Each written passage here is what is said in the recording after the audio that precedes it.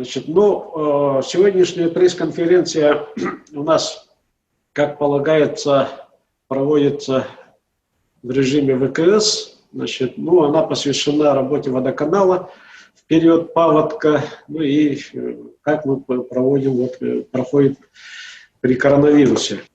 Анатолий Андреевич, это Тимофей Ефремов, Якутия-Инфо. Слушаю. У меня такой вопрос. Ситуация сейчас какая с коронавирусом на предприятии? Есть ли новые заболевшие? Значит, да, я читал вашу публикацию. Вопрос такой, вопросительный был, вспышка в водоканале. Там, ну, никакой вспышки нет, конечно. Вспышка считается, когда одномоментно более 1% болеют. 1% это у нас более 10 человек.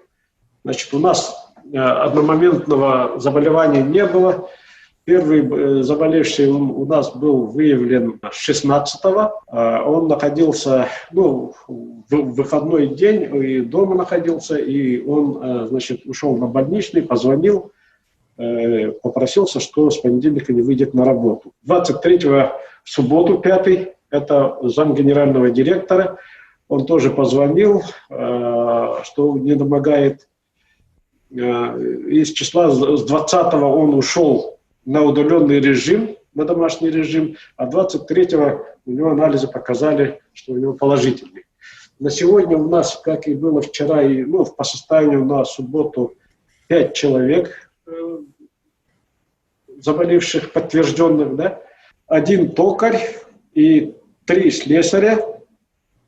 Значит, ну и 5-й это у нас, значит, из состава руководства. Значит, по состоянию на сегодня анализы взяты у 28 человек, это с контактниками.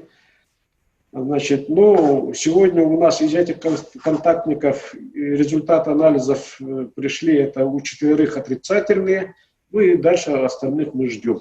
Сегодня из других, вот еще 11 человек мы дополнительно, значит, вывели на удаленный режим, на домашний режим. Они все состоят на учете в Роспотребнадзоре. Значит, ну, все рабочие места продезинфицированы.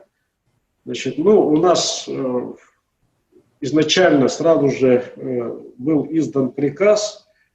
Внутри предприятия создан штаб.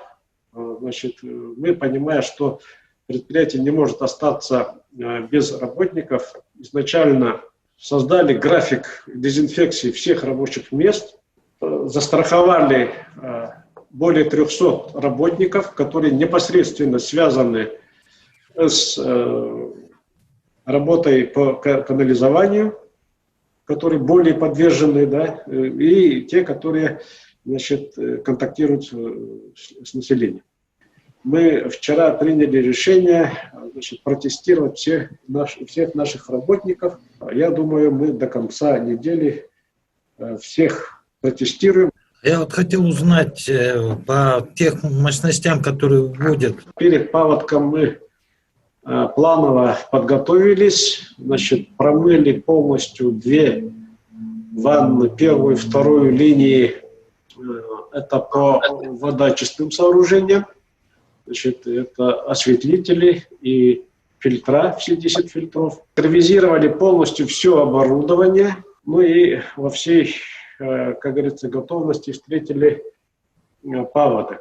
Ну, насколько я понимаю, горожане на самом деле так же, и, как и в прошлом году, особо не почувствовали паводок. В этом году у нас река, как вы знаете, пошла пораньше, практически на 10 дней, на 2 недели. Мы поэтому заранее все завезли на территории водозаборной станции, все реагенты. Значит, в период паводка, значит, дорогу перерезала, скажем так, и 2 дня водозаборная станция находилась как бы на островке. Значит, ну, сообщение было у нас обеспечено Уралом, большой машиной. Мы персонал возили и все необходимое возили. По мере прохождения, значит, ну, конечно же, это была основная работа это наших технологов. Надо сказать, они справились достойно. Ни одного срыва или проскока ни по одним параметрам не было. Мы впервые провели на максимуме испытания оборудования водочистной станции. Испытания завершены удачно. Сейчас, значит, составляется акт об испытаниях. И мы, я так думаю, где-то через 10 дней подпишемся уже акт приема, акт испытаний на максимум нагрузки. При полном объеме водозабора там какая-то история, да? Еще в 2018 году мы сначала 4 сентября ввели насосную станцию первого подъема. И так поэтапно мы вводили, значит, объекты. И под конец, 24 декабря, мы ввели полностью всю станцию. Это с электролизной, с реагентным хозяйством. В конце вот как раз 2018 года компания «Тахал», это наш подрядчик, да, попыталась, чтобы мы подписали акт приема передачи, на что мы не пошли. Более того, мы, значит, выявили более 200 дефектов, составили дефектную ведомость. Я несколько раз ездил в Москву, встречался с руководством компании «Тахал», это наш подрядчик, да, и мы продлили срок гарантии на 2 года и, конечно же, заставили подписать вот этот акт дефектовки. Из них на сегодня с десяток, ну, таких более мелких дефектов еще есть, которые будут заниматься. Но самое, что я бы хотел бы сказать, мы заставили переделать полностью всю ванну водочистных сооружений. То есть это емкостя осветлителей, емкостя фильтров. Вот эти все махины, полностью мы их заставили переделать вот за эти 1,5 года. Только после этого мы и пошли на испытания на максимум от всего этого оборудования. Мы в прошлом году, значит, попытка была, прошлый паводок, испытание оборудования не выдержало, потому что расходы реагентов, расходы комплектующих, они были намного больше, нежели чем это указано в проекте. И после того, как в течение года львиную долю вот этих наших замечаний устранили, кстати, тут надо сказать, нашему настоянию был заменен руководитель в Якутске, руководитель Тахала. Ну, новый руководитель с прошлого года осенью взялся, значит, за работу на самом деле добросовестно.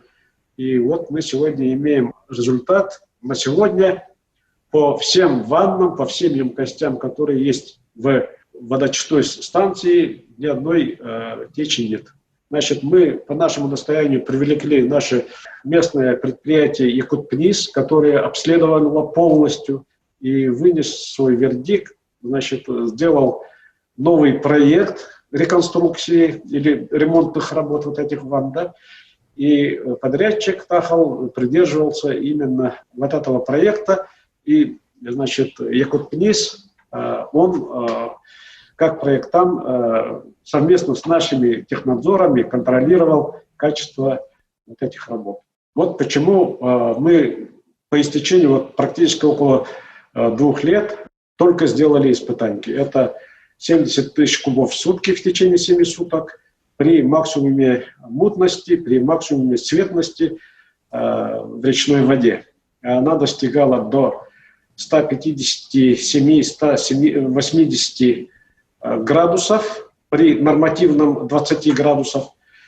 То есть оно практически превышало 7-8 раз. По мутности доходило до 6 при нормативном 1,5. Значит, но в город подавалась вода со светностью до 6-7. Чаще это было где-то 5-5,5 градусов светности. Ну и по мутности 0,05-0,06, где-то в этом районе. Были некоторые опасения по составу алюминия, так как у нас используется реагент, который содержит большое количество алюминия, и при большой мутности, значит, состав его увеличивается, и, соответственно, вот доходил до приграничной зоны, до 0,6 мг на литр, но он не превысил 0,55 мг. В целом он сейчас стабилен, находится в районе 0,20-0,25. Испытания, как я уже сказал, завершились. Значит, паводок, как мы понимаем, прошел, но сейчас как бы повторное повышение воды до вчерашнего дня шло, но сегодня уже пошло потихонечку снижение. Сегодня уже минус 4 сантиметра. Вода по сравнению с прошлым годом уровень достаточно высок. Если сравнить по анализам по светлости, в этом году превышала светлость прошлого года в реке Лена, и по мутности тоже превышала. Какое новшество? В этом году мы ввели новое оборудование, мы его ввели 12 мая, которое исключает запах. Как мы понимаем, каждый паводок, когда река прибавляется, наполняет стоячие воды, и, конечно же, вот эти стоячие воды потом попадают в акваторию водозабора, и каждый год население жаловалось в период паводка на запах тина. В этом году, значит, вначале чуть-чуть были жалобы, но впоследствии они были исключены. Значит, поступило 5 письменных жалоб, на которые мы ездили, наша лаборатория, и по всем вот этим жалобам были выявлены уже, что они, собственники, жильцы сами же утверждали, что запах не обнаружен. Вот все это актировано. Есть некоторые письменные тоже через социальные сети заявления, но на которые мы обращали внимание, чтобы они дали точные адреса, на которые мы ответы не получили. Но в целом ситуация стабильная. Значит, сегодня мы занимаемся подготовкой к отопительному сезону уже вовсю. Мы с 15 апреля начали отключать от отопления наши объекты. Это маленькие КНСки, которые автоматизированы, где нет людей, они полностью автоматически работают. И вот как только отключили, мы с тех пор уже начали подготовку к отопительному сезону вовсю. Значит, тут упор делается на качество. Есть план-график, по которому к 15 сентября все объекты водоканала должны быть готовы к приему тепла, к отопительному сезону. И планово все наши структуры работают. Ремонт сетей, кроме ваших сетей, замена старых на новых, сейчас это практикуется со стороны управляющей компании, потому что от них многое же зависит, правильно? Конечно же, обновление сетей необходимо. По моим подсчетам, сети изношены где-то 70%, но это средняя степень изношенности, в принципе, по всем городам России. Поэтому в течение нескольких лет надо все-таки планировать всем собственникам сетей, планировать замену этих сетей. Поэтому, так мне сказали, уже планы согласованы там по очистке. По нашим сетям, значит, мы, конечно же, максимально будем свои собственные сети менять, и мы сейчас все новые сети меняем на пластиковые трубы, которые по нашим подсчетам должны работать не менее 50 лет. По планам подготовки к отопительному сезону вчера вскрыли емкость на втором водоузле. Это территория Богдана Чижика, 19, да? И увидели какую картину. Если в прошлые года, в течение зимы, там в емкости накапливалось ил, песок где-то до метра, и даже до 1,5 метра, говорят мне старожилы, да, то в этом году, вскрыв, значит, мы увидели там слой песка и ила примерно 0,5 сантиметра. Это говорит о чем? Это говорит о том, что водоочистная станция работает, и вот то, что поступило в емкость, это поступает от значит, магистралей, трубопроводов, и, соответственно, мы хотели бы заострить внимание на качественную промывку, значит, всех трубопроводных сетей водоснабжения. Только в таком случае чистая вода попадет в наши краны. Это сети водоканала, магистральные сети, это сети внутриквартальные, это транспортировщиков, это, как правило, это теплоснабжающие организации, и внутридомовые сети, это управляющие компании, ТСЖ, ну, а там, где прямой договор, то сами жильцы должны как-то решать с подрядчиком, с выбором подрядчика и промыть свои собственные сети. Значит, сегодня с водочистой станции, с водозаборной станции грязь в трубы не попадает, как в прошлые года. Мы, конечно, понимаем, что за несколько десятилетий трубы города, конечно же, достаточно много грязи забито. И общая наша задача промыть, выгнать вот эту грязь.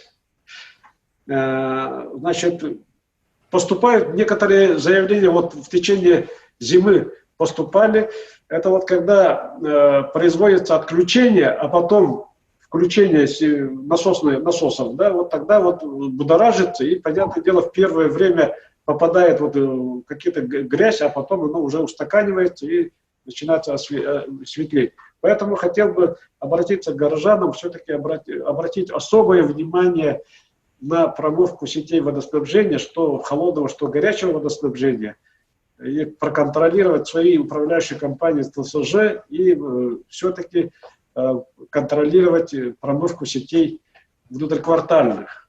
Ну, это мы вскрыли вот первую емкость, и вот так вот мы по плану будем вскрывать все емкости, очищать. То, что вот сегодня, вчера мы увидели, это, конечно же, дает нам повод говорить о том, что в дальнейшем мы уйдем от мутной воды. Поэтому сейчас надо особое внимание обратить на промывку сетей. Алексей Пахомов, Вести Якутии. Что-то вот с магистральными этими водопроводами, что-то там замену какую-то планировали или еще что-то делать? Ну, к сожалению, у нас инвестиционная программа все больше сужается и сужается. Если в начале года у нас инвестиционная программа составляла где-то 380 миллионов, 400, то мы его сократили до 230, до 280, а сегодня мы уже его сузили до 131 миллиона, и, конечно же, возможности предприятия тоже, соответственно, и сузились. Поэтому, ну, все это будет вынесено на рассмотрение наших акционеров, как они решат, так и будет. А строительство коллектора на автодорожные и так далее, это в планах-то осталось пока? Значит, недавно, 20 мая, было подписано распоряжение правительства Республики Саха-Якутия и о начале строительства 3-го коллектора и 5-го водоузла. Это в южной части города пойдет, это вот вдоль берега по Чернышевского, по Хабарова-Чернышевского и до ДСК мы должны протянуть сети канализации, построить 5-й водозабор. Значит, в южной части города идет большое развитие, большая застройка. Там, знаете, квартал Прометей есть, там и дома возле ипподрома высокоэтажные. Есть проект строительства Воинской, там должно быть где-то около 600 квартир.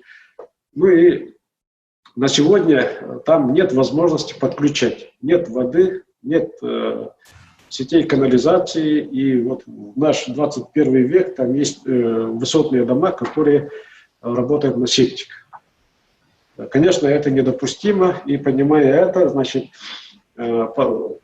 правительство подписало вот это распоряжение. Оно изнашивалось у нас 2 года, более 2 лет. Значит, ну, сегодня мы готовимся к выбору, объявлению конкурса и к выбору кредитной организации. Значит, по кредитным организациям тоже у нас давно ведется эта работа. А затем, как мы выберем кредитную организацию, дальше, я так думаю, это где-то в июле, в начале июля, мы будем уже торговаться по подрядным организациям, которые будут выполнять вот эти работы. А вот еще такой вот разговор есть, да, что на автодорожной, вот там частично благоустроенные дома находятся. Их якобы тоже собираются подключать к коллектору, да, то есть они будут благоустроенные уже эти дома. Насколько это правда вообще? Конечно, если туда дойдет 3-й коллектор, все дома по возможности, конечно же, будут переключены на центральную канализацию. Более того, 3-й коллектор необходим городу. Почему? Сегодня есть 2 коллектора. Это первый коллектор, который проходит по проспекту Ленина. Он построен в 60-х годах, 70-х годах. И второй коллектор, который проходит по Горканалу, который построен в 90-х годах. Значит, они перегружены, и сегодня нет возможности подключить новые строительства в эти коллектора. Поэтому мы их будем часть переключать в 3-й коллектор с тем, чтобы высвободить мощности, чтобы возможно было бы подключить новые дома, новые застройки, скажем, в квартале и так далее, и так далее. Поэтому для города это очень важный проект, это строительство 3-го коллектора. Мне хотелось узнать ситуация, как у вас с нашими вашими боевыми друзьями, это водители фекалок, как они себя ведут сейчас в условиях коронавируса? Увеличились объемы на сливной станции или нет? Ну, к сожалению, нет. Буквально неделю назад они снесли наши бетонные блоки, которые мы устанавливали в районе СМУ-16. Тут, надо сказать, жильцы нам помогают очень, они звонят, направляют нас на новые точки, где переходят вот эти фекальщики, да. Значит, ну, к сожалению, с этой проблемой воюем только мы. Значит, хотя мы писали и об опыте других регионов, вот, допустим, в Красноярске, значит, когда за это дело взялась администрация города, общественность, значит, разные партии, МВД и так далее, там результат очень хороший. Поэтому я считаю, я предполагаю, по тем люкам, которые мы закрыли, все равно, если у нас не увеличивается в сливной станции количество машин, а оно не увеличивается, то есть, соответственно, вот эти фекальные машины сливают где-то в грунт. Получается таким образом. Это прямая опасность, экологическая опасность для горожан. В особенности это касается пригородных зон. Это Сайсары, это птицефабрика, это район ДСК, это район Мархи и так далее, так далее. Если в центре все-таки фекальщики боятся как-то вот сливать, то там-то, конечно, есть места, где они открыто сливают.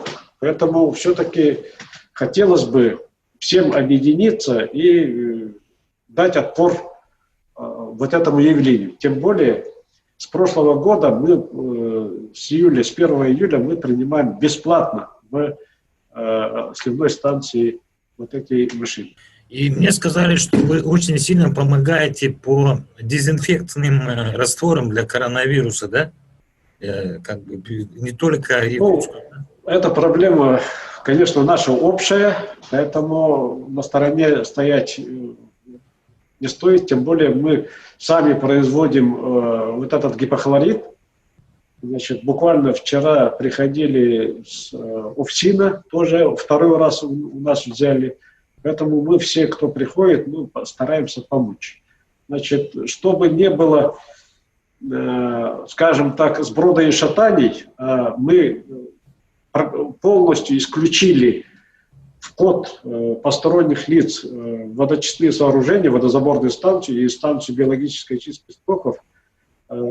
Поэтому решением правительства был определен полномоченное предприятие, это Arctic Color, и вот он время от времени приезжает и берет у нас гипохлорид. И в свою очередь он уже раздает по всем нуждающимся. Гипохлорид, он находится в чистой воде города Якутска и получается своеобразная дезинфицирующая вода, да? Да, остаточный гипохлорид, он у нас по Санпину обязательно должен быть в воде.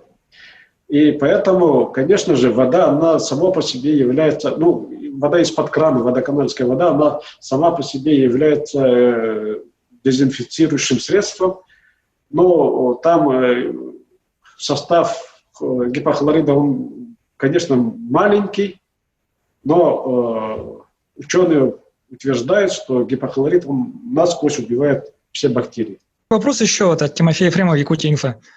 В прошлом году вы говорили о том, что намерены, то есть хотели бы запустить на предприятии производство бутилированной питьевой воды, но затем от этой идеи отказались. Вот в этом году или в следующем году как вот насчет производства у вас задумка будет реализована, или же все-таки вы отказались от этой идеи полностью? Значит, под брендом водоканала, мы совместно с ФАПК «Якутия», сейчас выпускаем воду «Дары реки Лены».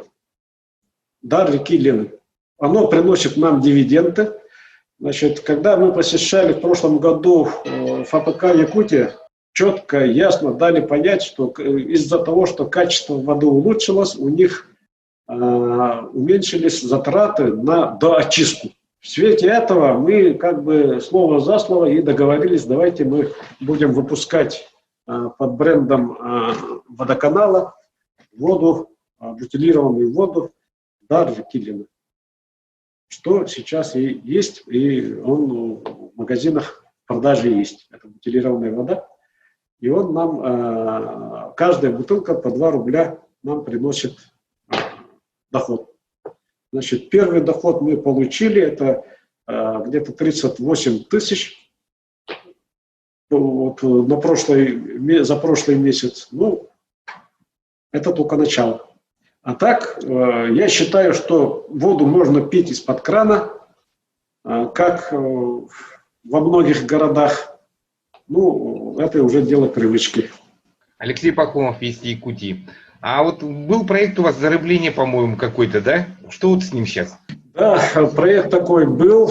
Изначально, когда мы вводили в работу водочистную станцию, водозаборную станцию,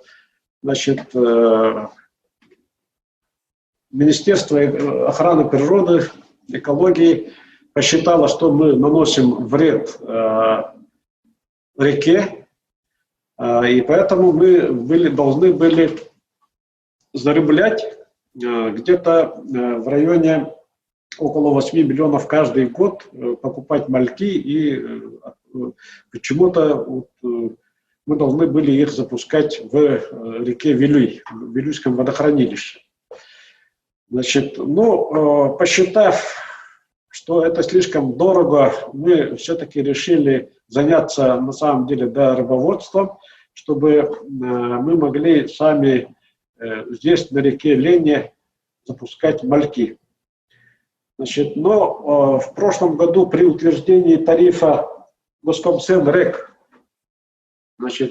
исключил статью зарыбления, и в итоге мы остались без источника, поэтому мы в конце прошлого года написали в Министерстве охраны природы о том, что отказываемся из-за отсутствия источника от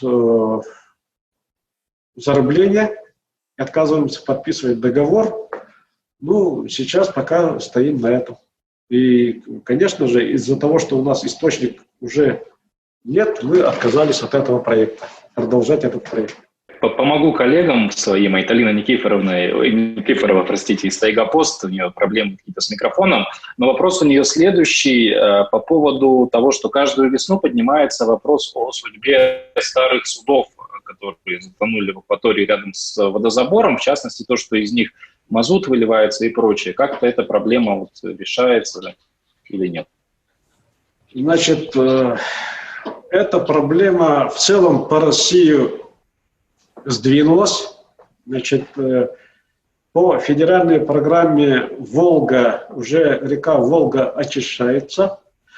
Я в прошлом году выступал в Москве в водном конгрессе и поднимал этот вопрос совместно с министром охраны природы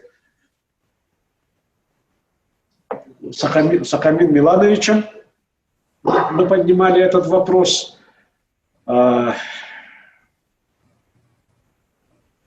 Ну, сейчас программа, написанная Министерством охраны природы, охраны реки Лена, существует. Я надеюсь, что она пройдет утверждение федеральных органов власти. И все-таки, на самом деле, от этих судов мы когда-нибудь избавимся. Надо сказать, что наличие этих судов в акватории речпорта и, соответственно, в акватории водозаборной станции подтверждается вот наличием высокой концентрации металла в воде. И, соответственно, чтобы очистить вот это, тратится больше разных реагентов. Конечно же, это экономически сказывается на работе водоочистной станции. Но мы этот вопрос будем поднимать постоянно. Что касается коронавируса, да, коронавирус коснулся водоканал, тоже как и все предприятия России, и мы, и мира, наверное, да. За апрель у нас, значит, реализация упала по отношению к апрелю 2019 года где-то 8% снизилась. Это, конечно же, сказалось то, что не работают школы, садики, не работают, значит, предприятия общепита, это столовые, кафе, рестораны и так далее. Значит, и при этом сбор денег у нас упал на 35%, то есть по отношению к апрелю прошлого года, ну, по плановому сбору мы собрали всего 65%. Хотя в прошлом году мы собрали в апреле 98%. Значит, создана группа водоканалов при Российской ассоциации предприятий водоснабжения и водоотведения.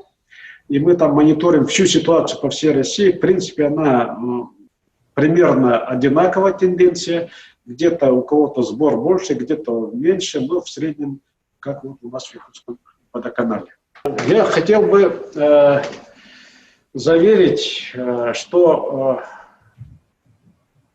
город Якутск, значит, больше не вернется в ту эпоху, когда мы пили в летнее время из-под крана желтую воду.